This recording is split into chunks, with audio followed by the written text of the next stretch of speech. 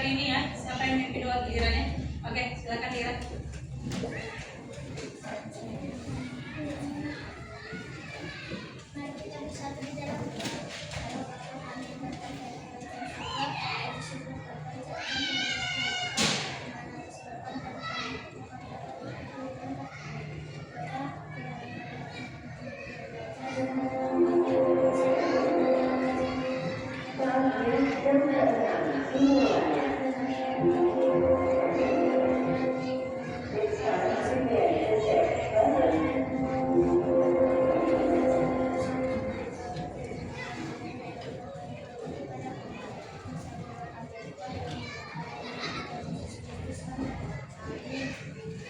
Oke, terima kasih Lira.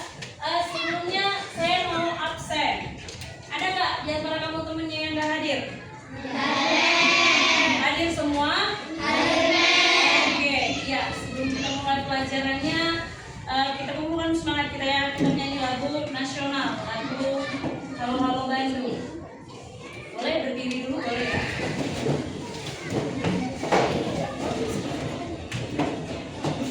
Semangat ya.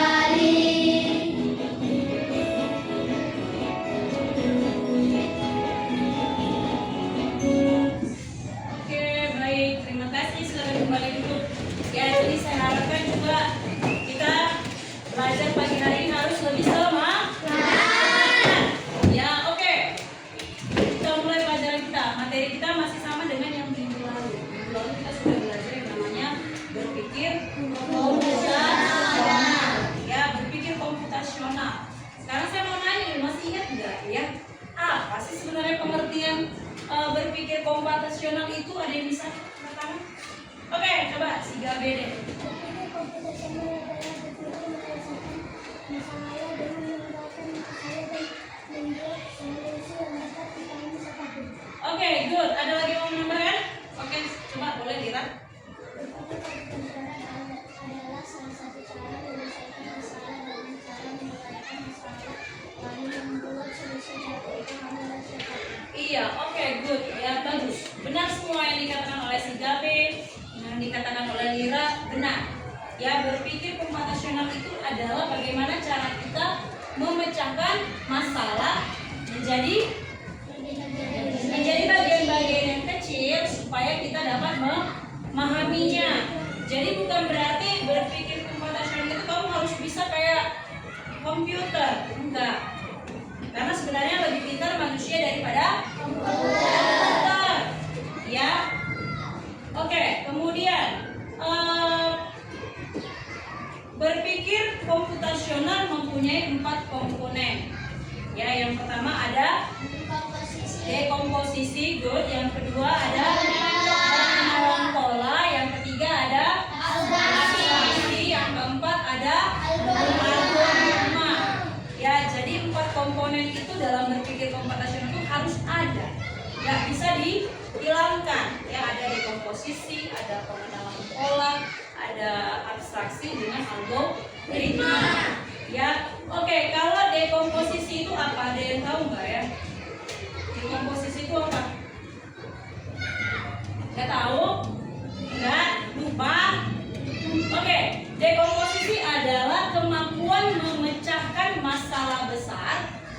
menjadi bagian-bagian yang lebih kecil supaya mudah untuk dikelola. Ya, harus bisa. Misalnya kayak kegiatan aktivitas kita dari pagi sampai malam, banyak kegiatannya.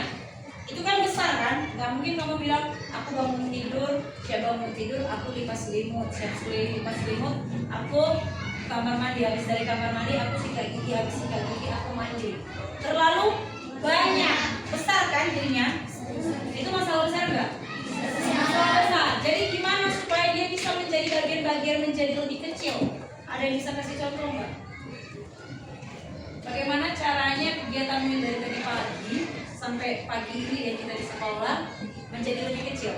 Coba silakan Gabe. Oh, kenapa takut? Misalnya gimana? Habis bangun tidur, ngapain? Ke kamar mandi. Kalau dia habis dari kamar mandi ngapain? Ganti baju dulu lah. Masa langsung makan? Wow, udah salah itu. Berarti siap dari kamar mandi kita ganti baju dulu. Pakai baju sekolah, pakai seragam sekolah. Setelahnya kamu ke dapur mau ngapain? Sarapan pagi, makan. Habis sarapan ngapain? Berangkat ke sekolah. Sampai di sekolah ngapain? Belajar. Habis belajar ngapain? Istirahat. Habis istirahat belajar lagi. Kemudian pulang. Itulah dimaksud dekomposisi. Jadi nggak perlu harus kau bilang aku bangun tidur lipas selimutku, habis lipas selimutku taruh lagi selimutku ke atas tempat tidur supaya tempat tidurku rapi. Tidak perlu. Itu terlalu lama. Kalau kamu bercerita sama orang pasti begini. Bosan. Terlalu lama. Itulah yang dimaksud dengan dekomposisi. Kemudian ada namanya pengenalan pola. Pengenalan pola itu adalah mengenal kesamaan pola dalam berbagai permasalahan untuk menemukan solusi yang dapat diterapkan kembali. Sama itu kayak handphone. Kamu handphonenya punya pola nggak? Ada nggak handphonenya yang punya pola? Oh, hampir semua punya pola. Kamu tujuannya untuk membuat pola itu supaya apa? Supaya tidak bisa dibuka orang lain. Supaya tidak bisa dibuka oleh orang lain, kata si Aska sama si Gabi. Berarti di handphonenya banyak rahasia yang tidak boleh diketahui oleh siapapun. Nah, itu kan kamu taruh pakai pola yang sama atau pola yang berbeda? Pakai pola yang sama, ya kan? Caranya supaya tadi tidak diketahui orang polanya, namanya juga rahasia. Untuk menemukan solusi yang bisa diterapkan kembali. Kan kau terapkan kembali nggak pola yang di handphone itu? Kalau kamu buat misalnya pola handphonenya bentuknya jet, itu lagi nggak pola yang kamu taruh seterusnya? Kalau itu lagi yang kamu terapkan, tercapai nggak solusinya? Tercapainya gimana? Handphone terkunci dan orang lain tidak bisa membukanya tanpa kamu beritahu apa itu polanya. Benar kan? Kalau misalnya saya mau minjem handphonenya si Elgo, pakailah handphonemu. Nah, katanya. Saya coba. Lupa aku minta passwordnya, lupa aku minta polanya. Pikir lagi. Kira-kira carilah saya pakai handphone si Elgo. Karena saya nggak menemukan solusinya. Nggak menemukan solusinya kan? Tidak kan? Kecuali kalau dikasih tahu si Elgo tadi, nanti polanya bentuknya L ya. Bentuknya L.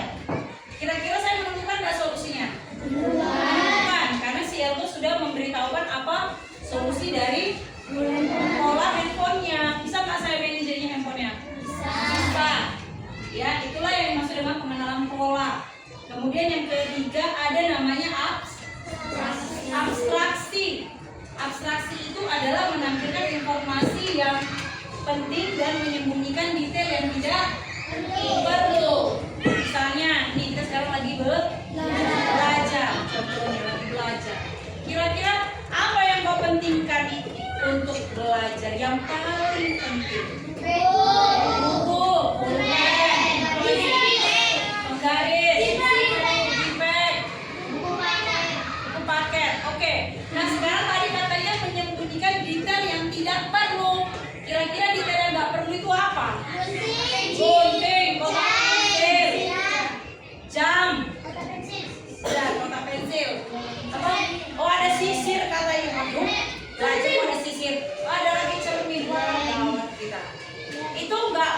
kan, berarti itu harus disembunyikan. Karena kalau belajar kita nggak perlu yang namanya gunting, nggak perlu kita yang namanya hektar, nggak perlu kita yang namanya lem. Perlu nggak? Tidak perlu. Ya, lem itu nggak perlu. Tidak perlu, makanya harus disembunyikan. Sama kayaknya apa tuh satu lagi ya? Botol minum. Kira-kira mau belajar kan suka ada tuh botol minum di mejanya. Perlu disembunyikan nggak kira-kira? Perlu, karena botol minum tidak perlu untuk belajar. Bisakah kita belajar sambil minum? Tidak. Berarti itu tidak terlalu penting. Itulah yang dimaksud dengan namanya abstraksi. Namanya juga abstrak. Kalau dibilang abstrak nggak nyata aja. Ada memang botol minumnya, tapi nggak nyata untuk digunakan saat belajar. Benar kan? Mau pakai enggak? Atau ada yang sambil belajar dia ada? Atau ada? Nggak ada. Atau ada yang sambil belajar dia sambil sisir-sisir? Ada? Nggak ada. Ada yang sambil belajar dia menggunting? Lagi menerangkan pen di depan. Pakainya guntingnya. Kira-kira perlu nggak? Tidak. Ya, itulah yang dimaksud dengan namanya abstraksi. Oke, yang terakhir ada algoritma. Algoritma ini adalah langkah-langkah atau apa? Atau prosedur ya yang dilakukan secara berurutan. Ada yang bisa kasih contoh nggak ya? Apa sih contoh yang cocok untuk langkah-langkah secara berurutan dalam kehidupan sehari-hari aja? Memasak nasi. Oke. Coba kalau memasak nasi apa yang kita perlukan untuk memasak nasi? Apa? Beras. Air. Magicomnya, oke. Iya, rice cooker nih magicom deh. Listrik. Oke, udah dapat ini 4 bahannya. Oh, sendok untuk kari, betul. Nah, langkah-langkah untuk memasak nasi ini gimana pertama sekali? Cuci beras. Ambil berasnya, masukkan ke dalam magicomnya kan, rice cookernya, baru cuci sampai bersih. Kemudian dibuang airnya, baru siap itu apa? Air. Seberapa bisa ada takarannya itu? Oh, kalau katanya si David segini. Kalau ada yang bilang segini, yang satu garis jarinya ada yang 2, kamu 2 jari. 2 garis jari atau 1? Oh, si David bilangnya 2. Kalau kamu 2. 2 sini. Siapa yang 1? Iya, kalau saya juga yang 1. Ya, jadi ditaruh gini kan. Kalau udah pas dia baru bisa dimasukkan ke rice cookernya, baru dicolokkan. Kalau sudah dicolokkan dia udah selesai? Belum, harus kau tekan dulu tombol memasaknya kan. Iya kan, tombol cooknya kan. Kalau udah begitu gimana? Ditunggu.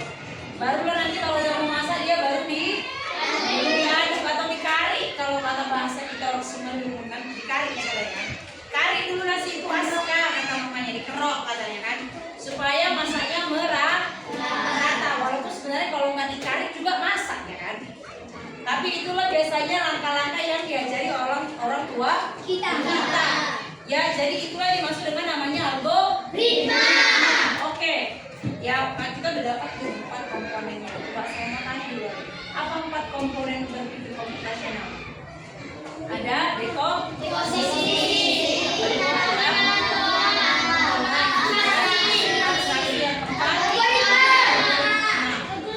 Ya, sampai sini ada yang mau bertanya apa itu dekomposisi, apa itu pengenalan pola, apa itu algoritma sama abstraksi? Ada yang mau bertanya?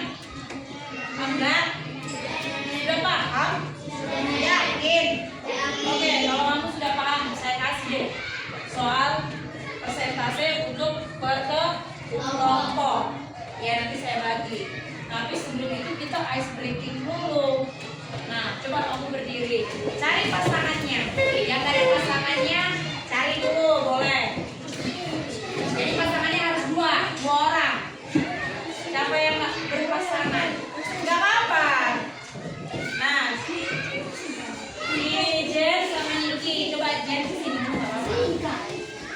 Jin.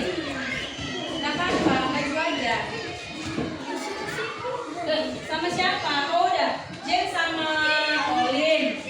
Kamu ini sama ini aja, sama ini nggak apa-apa biar kau jawab. Nggak apa-apa. Bukan, kita nggak main yang lain kok nggak. Sudah berdiri aja. Aspeknya beda. Oke, ada yang punya pulpen? Oke, taruh pulpennya di atas meja. Satu aja, satu pulpen aja. Satu pulpen aja.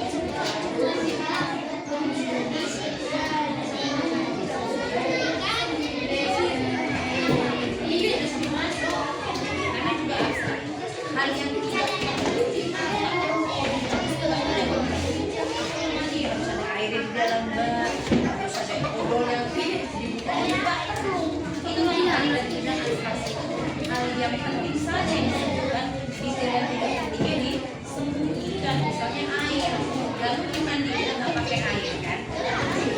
Ya, seperti itu. Air benar siapa yang mau? Iya, kalian lamar bukan? Kalian yang tahu, saya nggak tahu. Gimana?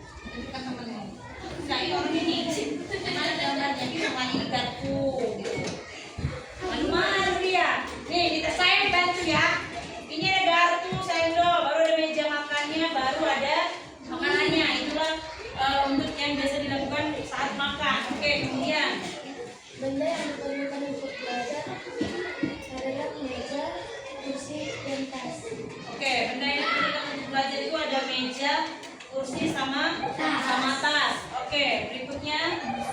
Benda yang diperlukan untuk mandi adalah sabun, air, sikat gigi, dan gudik. Oke, kalau benda yang diperlukan untuk mandi katanya harus pakai sabun, sikat gigi, odol, sama handuk. Berarti detail gayung. Detail yang disembunyikan orang ini tidak disebutkan yang kata air. Itu kalau untuk yang namanya mereka saat mau mandi. Begitu juga saat mereka mau belajar. Dan dimasukkan orang itu di sini ada sisir. Atau mainan kereta-keretaan. Kok mainan kan kita mau gitu kan?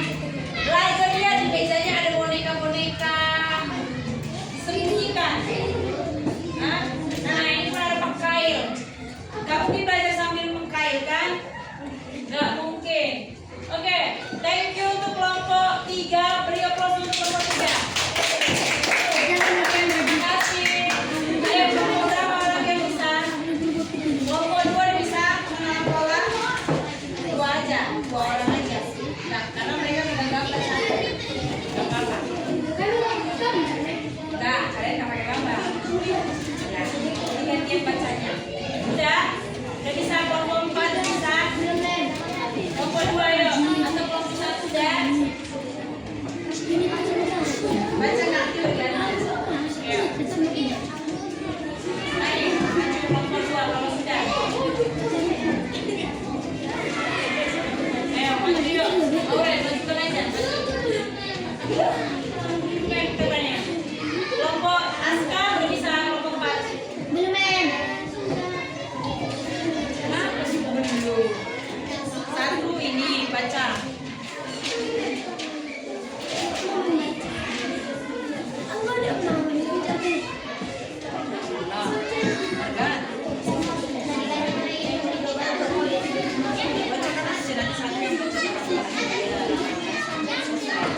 Bacakan aja nanti satu yang baca. Oke, sekarang dengarkan kelompok orang Siaska, kelompok 4, algoritma. Coba mereka membahas tentang algoritma. Oke, mari. Ayo, ya baca itu nggak apa-apa. Masa takut-takut. Namanya juga kita belajar. Oke, dengarkan dulu presentasi dari kelompok 4.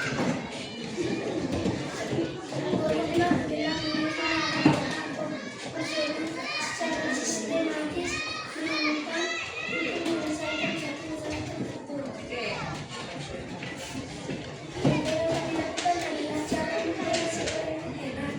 Bahan-bahannya 1 nasi padang, 2 wajan, 3 minyak goreng, 4 sendok, 3 bumbu, 6 telur, 7 kecap, 1 sayuran, dan 9 kompor. Langkah-langkah pembuatan. 1. Haluskan bumbu. 2. Siapkan wajan dan sendok. 3. Masukkan minyak goreng. 4. Masukkan bumbu dan minyak panas. 5. Masukkan telur. 3. Sayuran. 6. Kemudian masukkan nasi, terus diaduk-aduk. Jika sudah matang. Oke, langkah yang dibuat oleh kelompok 4 adalah algoritma. Langkah-langkah atau prosedur yang dilakukan secara berurutan. Nah, yang dilakukan mereka adalah cara masak nasi goreng.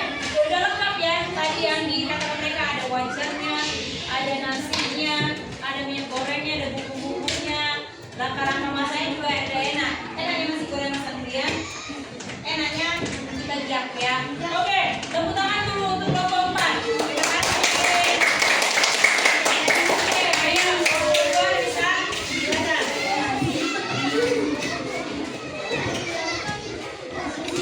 Mari, ayo. Kelompok 2, oke silakan. Untuk mengajar kesamaan cara bergambar